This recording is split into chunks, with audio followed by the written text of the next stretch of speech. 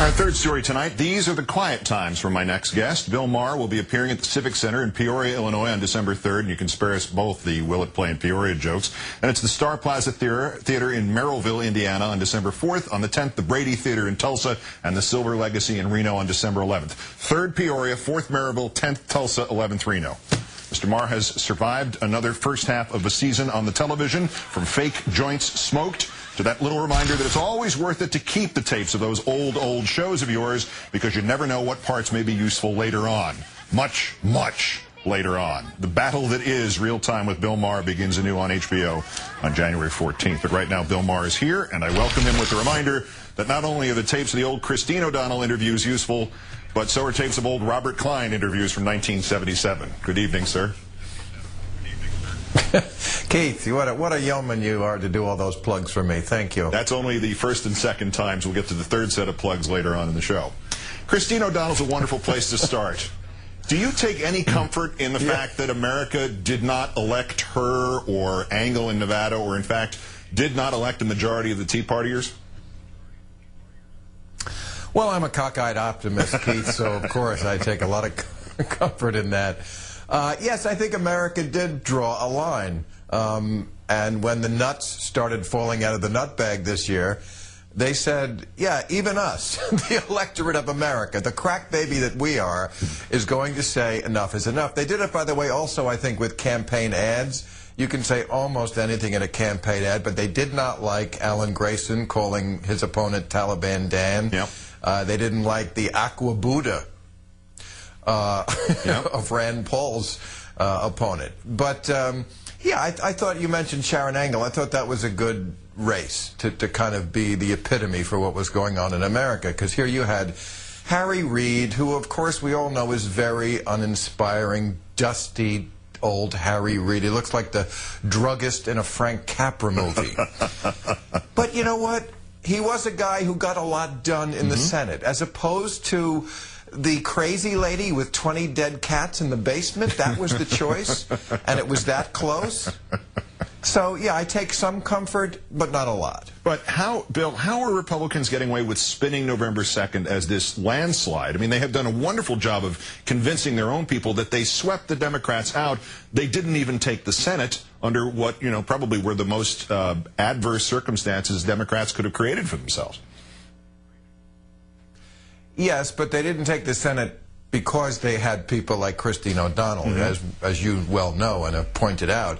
If it wasn't for those crazy teabaggers in a couple of races, they would have. I mean, let's not kid ourselves. It was a gigantic victory for the Republicans, but they shouldn't kid themselves either. People weren't really voting for them. People were just voting against the Democrats. I think I saw a poll right before the election that said congressional Republicans, their disapproval rating was like 63%, and Democrat disapproval was like 60%. Only Democrats can lose in a popularity contest to someone less popular than they are. Well, but yeah, I don't.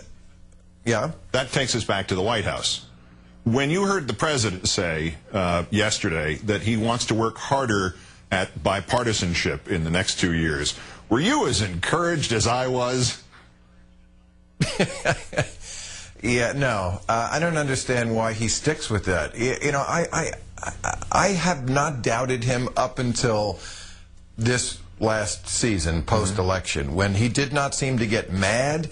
He seemed to be beaten. He looked like Johnny Fontaine in The Godfather, when The Godfather has to say, "You can act like a man."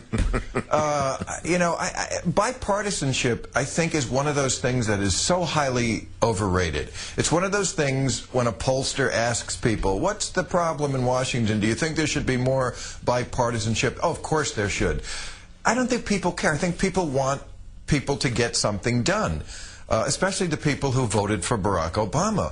We would like to see something get done. I thought at this point in his tenure, I would be making jokes about our first black president and what a gangster he is, and how he's...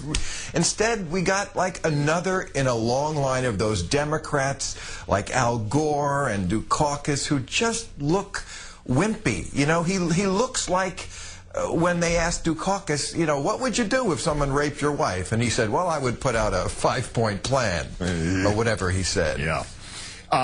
You just said you had not given up on him. Do you think the president still has greatness in him? And that comes with a corollary question, which would be, if he does have greatness in him, is he ever going to share that greatness with the rest of us? Yes, I think he's highly intelligent, and of course we don't know everything he knows and what he has to deal with.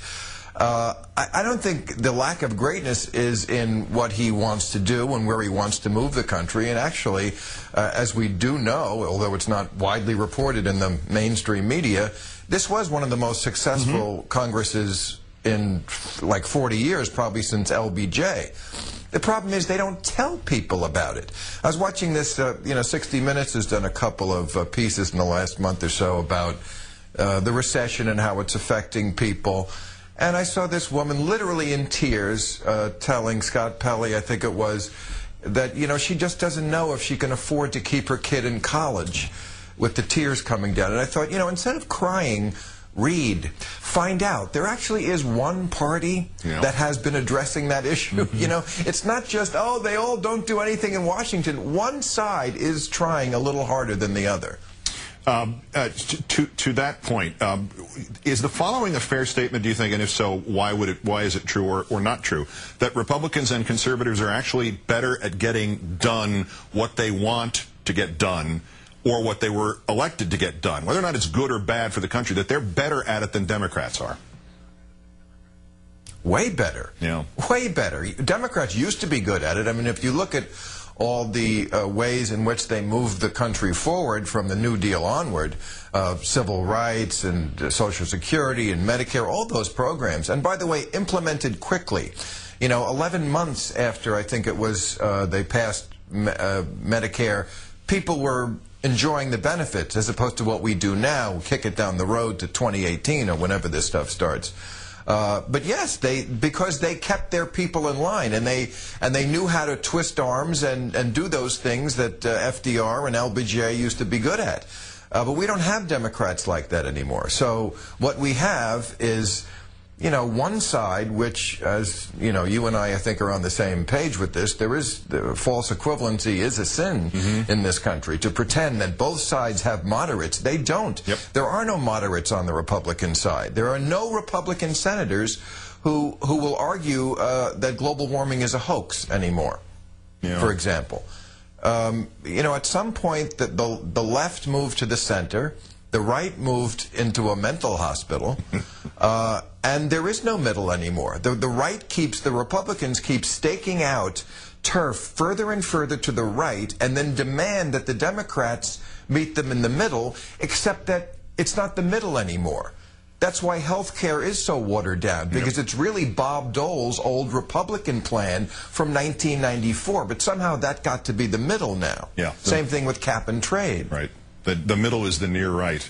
You mentioned false equivalence. I'm not fishing for either compliments nor reassurance here, but I don't know that I've ever heard this from you at any length. Give me your assessment of television news and its effect on American politics today. Well, gee, you could write a whole book on that. I mean, since people have stopped reading in general, for good or bad, we're stuck with it. That's how people get their news. I think you mentioned Christine O'Donnell there at the top. I think I read that was the most reported story of the entire midterm elections was Christine O'Donnell. That's pretty sad.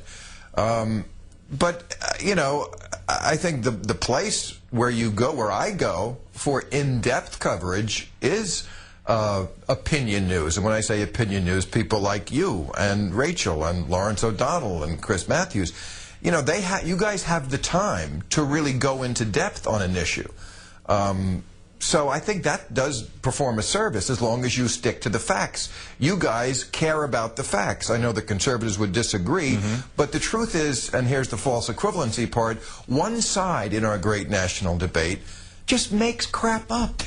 as you well know. Yep. I mean, when I covered this issue on our show, and, you know, we are a little incestuous, lately, let's be honest, in our opinion, news, comedy, whatever it is, business we're in, because there was Jon Stewart's thing, and then you comment, and then I took your side in that, and then John said something about me, and I said something about Rachel about him, and, you know, it's all gotten a little crazy.